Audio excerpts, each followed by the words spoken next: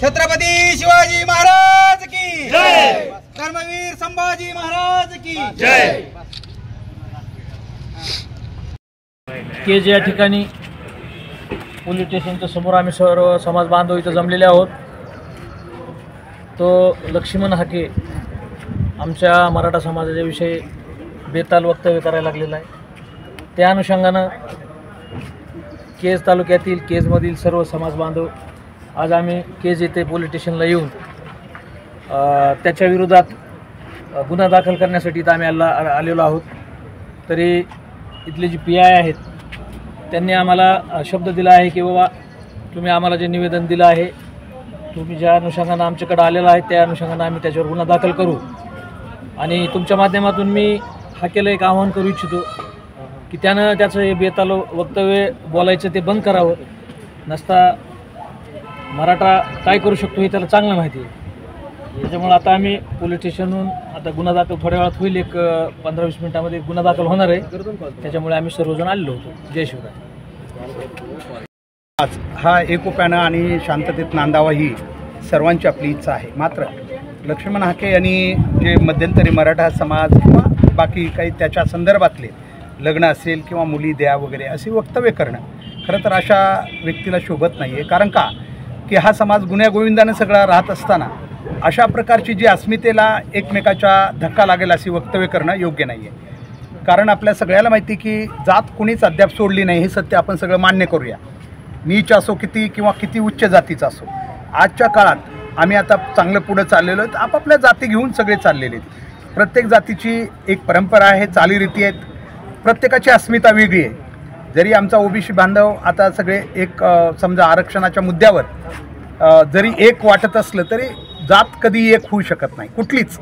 त्यामुळे त्यांना असं फोर्स करणं की तुम्ही आमच्या मुली घ्या, तुम्ही आमच्या, आता त्यांना काही प्रश्न केला आहे का या समाज बांधवांनी? समजा OBC बांधव हे आमचे केवळ हिंदू धर्मात नाही आहेत, आमच्या मुस्लिम धर्मात बी आहेत।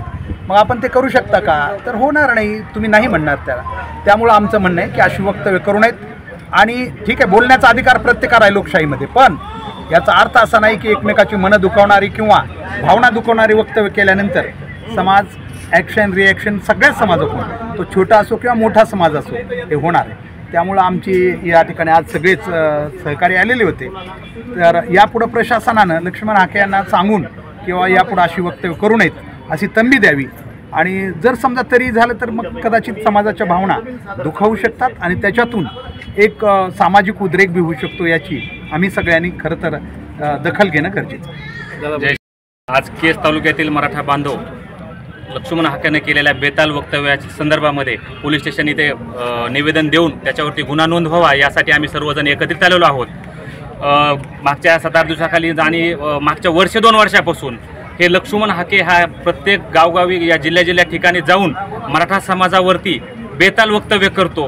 हे आता कदापिही आम्ही सहन करणार नाहीत। यानं जशाच तसं आम्ही उत्तर देण्यासाठी सक्षम आहोत, पण आम्ही मराठा समाज जो आहे तो संविधानिकरित्या समाजात कुठलाही विद्रोह होऊ नये अथवा समाजात कुठली तेढ निर्माण होऊ नये त्याच्यासाठी हमेशा आम्ही संविधानिकरित्या चालण्याचा प्रयत्न करतो।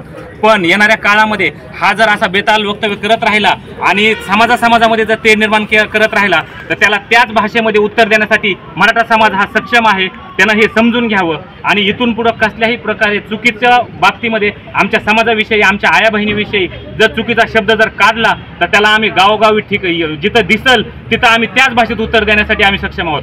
एवढं त्यानं समजून घ्यावं आणि लक्ष्मण हाकेनं आता इथून पुढं बेताल वक्तव्य टाळावेत। आणि आज ह्या पोलीस स्टेशनमध्ये आम्ही आलो, पोलीस निरीक्षक साहेबांना आम्ही निवेदन दिलेलं आहे। त्याच्यावरती गुन्हा नोंद जोपर्यंत होत नाही तोपर्यंत आम्ही कुणीही इथलं हटणार नाहीत। गुन्हा नोंद झाल्याच्या नंतरच आम्ही इथलं पोलीस स्टेशन सोडू, हे आम्ही आता तुमच्याशी सांगू इच्छितो। जी अराजकता माजवण्याचं काम चालू केलेलं आहे ती त्वरित थांबवावी। कारण आया बहिणींच्या विरोधात बोलणं हे योग्य नाही। कारण मराठा समाज हा कुठल्याही आया बहिणीच्या विरोधात बोलत नाही। आज एवढे मोर्चे निघालेत तरी पण आम्ही आया बहिणीच्या कधी विरोधात बोलणार, कारण जातीमध्ये जो तेढ निर्माण करायचं काम चालू केलं आहे हे जर नाही थांबविलं तर मराठा समाजाचा उद्रेक होईल, नाही सगळ्या OBC समाजाचा की शासनानं ह्याची त्याची गंभीर दखल घेऊन आम्ही आज त्यांच्यावर गुन्हा दाखल करायला लागलो। गुन्हा दाखल होईल आणि जर ह्यांनी बोलणं नाही थांबवलं तर समाज झुडपिल्याशिवाय राहणार नाही।